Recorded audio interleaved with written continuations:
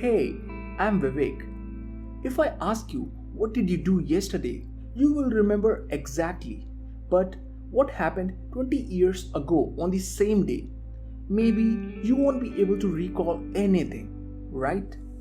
Just imagine how interesting it is that we know what people ate, the kind of clothes they wore, the houses in which they lived thousands of years ago.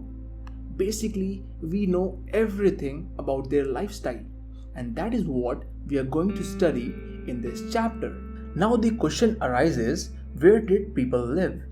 See, we all know that water is an essential part of our lives. We cannot live without drinking water, and that is why you will always find ancient civilizations settled near water sources, that is, rivers. And Narmada is one such river. People lived along the banks of this river for thousands of years. These people had a good knowledge of what to eat and what not to eat, which plant is poisonous and which is not, and that is why we call them as skill gatherers. Of course, they hunted animals as well to eat, and that is why sometimes we call them as hunter-gatherers. I want you to note here that agriculture came into existence only around 6000 BC, that is around 8000 years ago. Before that, there was no production of agricultural crops.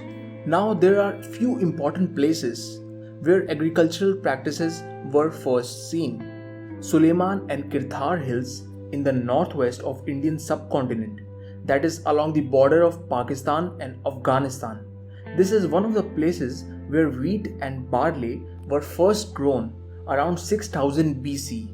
This was also the time when people started rearing domestic animals like sheep, goat, cattle, etc.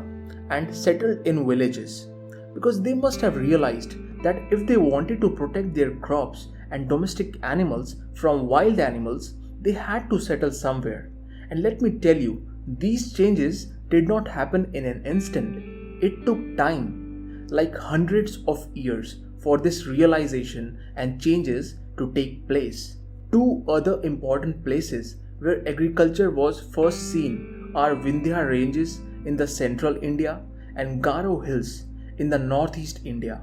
You must note here that rice was first grown to the north of Vindhya ranges.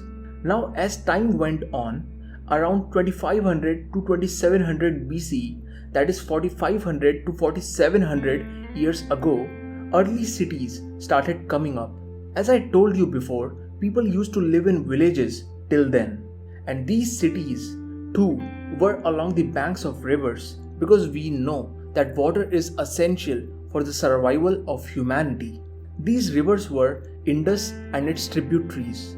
Tributary are small rivers that flow into a larger river. River Indus is known as River Sindhu or Sapt Sindhu as well. Its main tributaries are Satluj, Jhelum, Chenab, Ravi and Beas. Later, around 500 BC, we find that cities developed along the banks of river Ganga, its tributaries and along the sea coast. What happened to the early cities? Were they destroyed due to flood or famine? It is the topic for another chapter. If you have watched Mahabharata, you must have heard about the king of Magad, Jarasandh, right? This is the same Magad we are talking about. This region lied along the banks of river Ganga to its south in the current state of Bihar. It was a large and powerful kingdom with very powerful rulers. Although I am talking about just one kingdom here, there were many kingdoms set up across the country in these times. Now let us talk about common people in these times. People traveled a lot, despite the fact that there were no motor cars and flying planes. So it was dangerous and difficult to travel from one place to another, as it took many days to complete the journey. But still, they did travel, which led to sharing of cultures between them. They learned new ways to compose music, different techniques to carve stones, etc. etc. Some traveled to escape flood and drought conditions, while others traveled just for fun and adventure.